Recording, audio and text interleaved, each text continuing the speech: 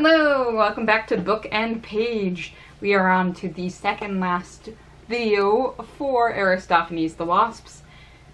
We're on to Act 2, and I made an error in dividing things up, so apparently there are 2 scenes in Act 2, but we're still got just 2 more videos, so I will be handling all of Scene 1 today, and next video will be all of Scene 2, because I'm bad at this. So what happens in Scene 1 of Act 2? Well, it turns out Delhi pulled his father away from the jury to become, a gentleman. Takes a little bit to do that, though, and Delhi is starting with Filio's clothes.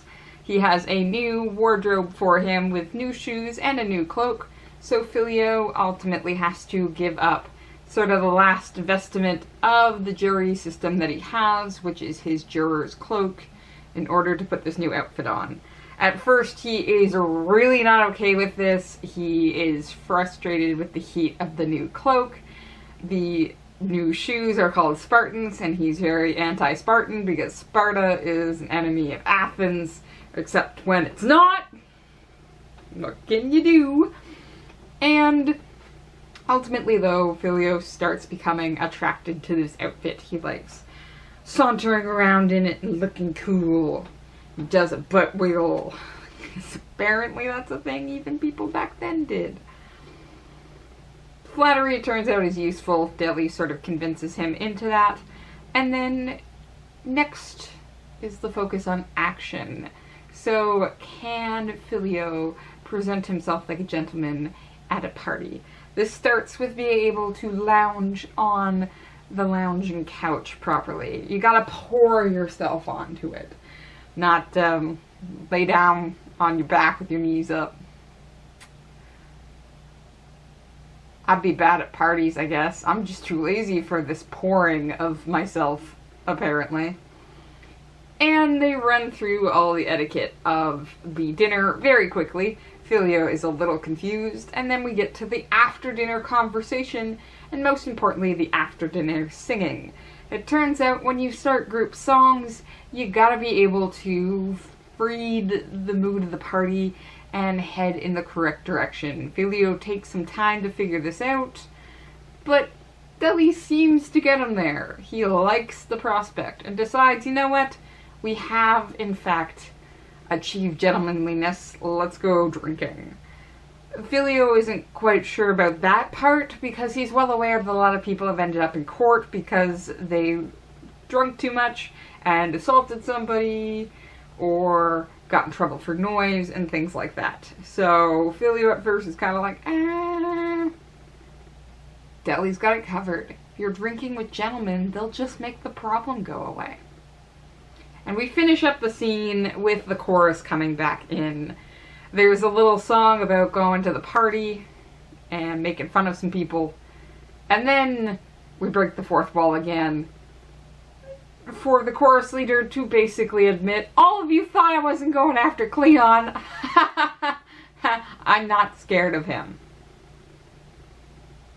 Well, that seems out of left field. So this scene is a very interesting one when placed up sort of against the rest of the previous scenes, because at first you think that Filio shouldn't be on the jurors because he isn't taking that position seriously. He's not treating those cases like he is distributing justice. He's doing it for the power trip and the money.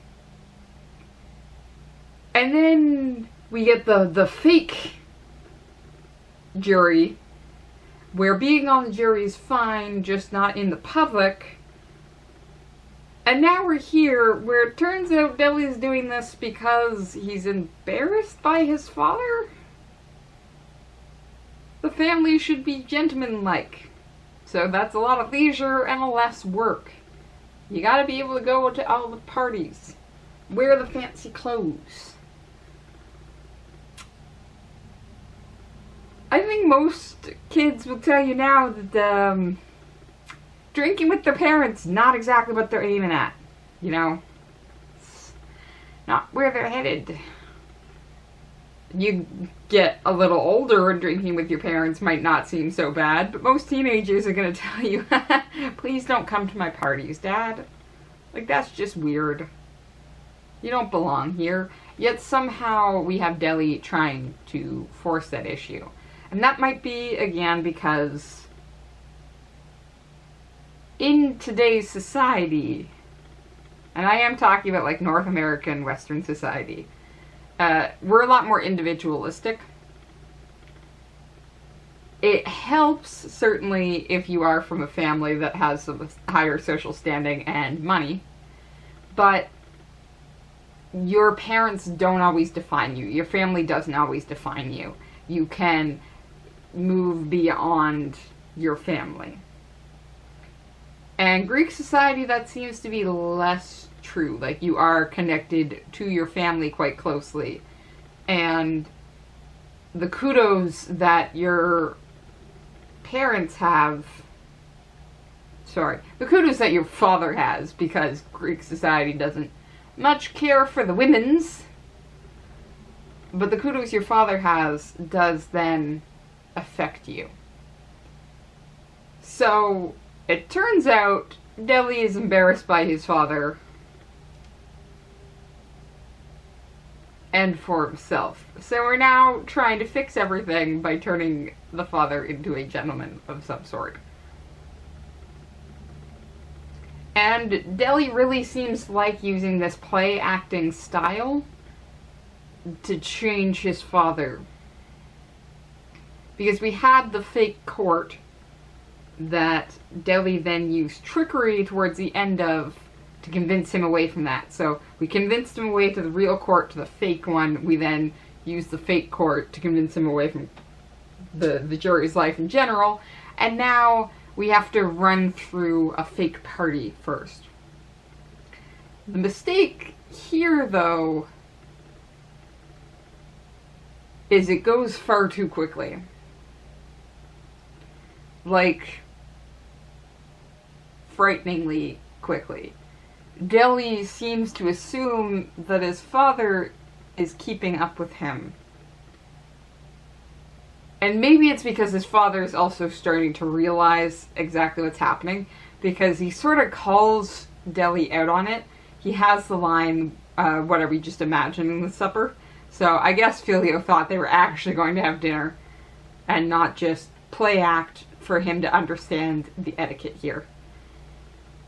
So it's interesting to see that play acting continue through, again, as performance serving as experience. But timing-wise, we're paying less attention to it. We don't have all the little replaced tools that we did in the court acting scene. So, I think we should be careful in assuming that the lesson here is clear. Because truth be told, even the court scene, we haven't fully sort of washed that jury idea out of Filio, even though we've taken the cloak from him. Because he's like, drinking? No, we can't go drinking, we're gonna get fined. So he still has sort of that mentality, which tells me that he's really not used to this gentlemanly status that his son is trying to give more to the family than anything else. But this also seems to be a person raised in peacetime versus a person raised in war. So the end of the first act tells us that a bunch of these juries, a bunch of these wasps, served in the Persian Wars. And we really get the sense in this scene that Filio, that is true, because he also says, like, he's anti-Spartan. He is envisioning a point where they're still at war with each other. And Deli seems to be raised in the peacetime, where suddenly all these old warriors that want to get involved in what he probably imagines isn't their business, which is the jury in this sense. Politics in general, and, you know, war with other nations, need to clean up their act and act more appropriately to the times. And it's two generations that are not seeing from each other's perspectives, because there is something that can be learned from each side.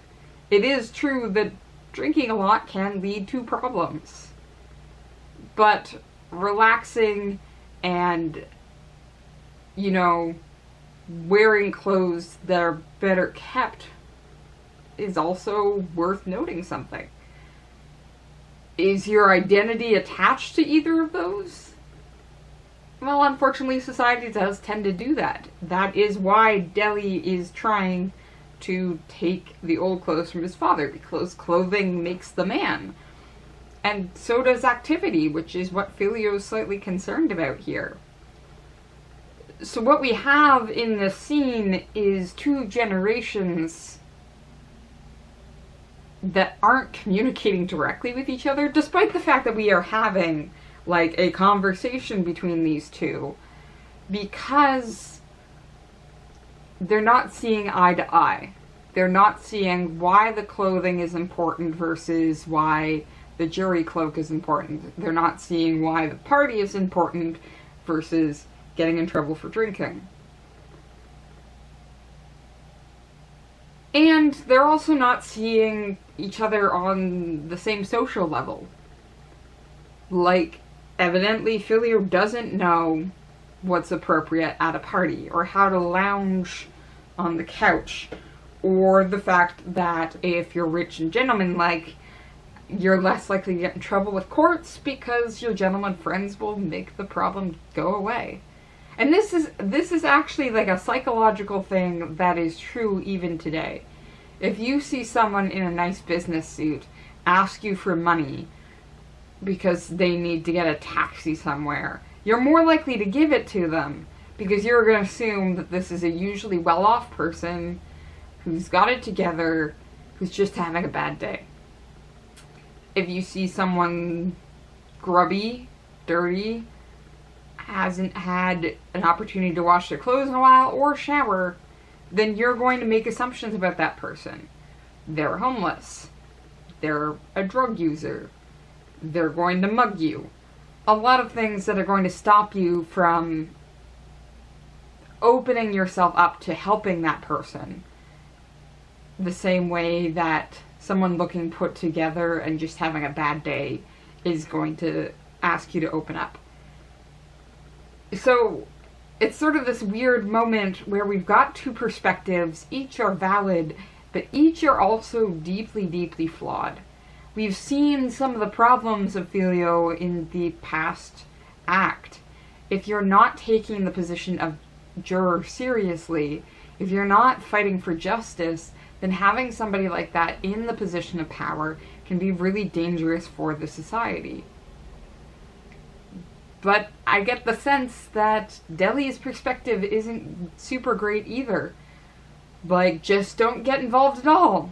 Just go to drinking parties and wear fancy clothes and your rich friends will make problems disappear.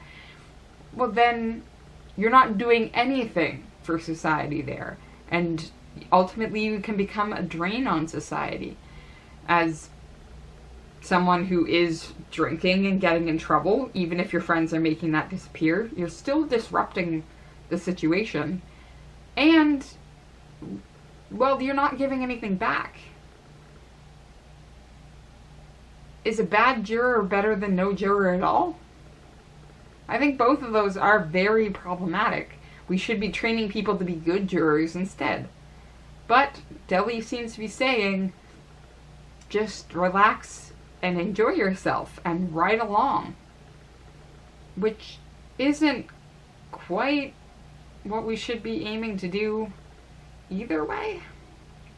And again, I found this chorus leader section a little odd put on where it is. And evidently, I read some of the notes here, and evidently some other people agree that this seems like an odd spot, because there are versions of the play where this chorus leader section has been moved. But it doesn't seem to quite fit in anywhere. What this chorus section is actually saying is that evidently Cleon either threatened Aristophanes to go to court, or did take him to court, but we don't have any records of that. So it's probably just threatened court action, because Aristophanes did insult Cleon quite a bit in a previous play called The Knights. Evidently, Aristophanes then, in order to get out of this, said he would not make Cleon a target. What's happening in this chorus section is we get sort of a bit of that history. Everyone thought I was going to shut up after Cleon and his people got rough with me, but I bluffed, and isn't everyone going to look stupid when I've set them up and they've walked right into this? Walked right into what? What are we seeing here? Keeping in mind, of course, that while Cleon hasn't shown up as a character, he is certainly represented in our two main characters. Filio's full name is Filio Cleon, lover of Cleon. Delly's full name is Delio Cleon, or hater of Cleon, which doesn't make sense because those couldn't actually be the names, but again, these are characters in a play that's broken the fourth wall a couple of times. These actors know what's going on, and so does the playwright. So the names are representative, not actual names of any actual people. So Cleon might not be showing up here, but something's being said about both the lovers of Cleon and the haters of Cleon. I think we need to pause in this thought until we see what happens in the very last scene. Because it's a question of who's going to come out looking better. Filio or Delly. I don't think either of them are going to be seen as perfect, but one of them, Filio most notably right now, has just come across as being very problematic and very easily led everywhere. His son has convinced him through trickery and play acting to change practically his entire tune. So Cleon and his followers aren't looking so shiny here, and Aristophanes seems to be drawing direct attention to this, especially going into the final scene of the play. Man, you're gonna get sued, Aristophanes. Be careful. I'm gonna keep reading. I really want to see the end of this, and I hope you'll read along with me. Talk to you next time.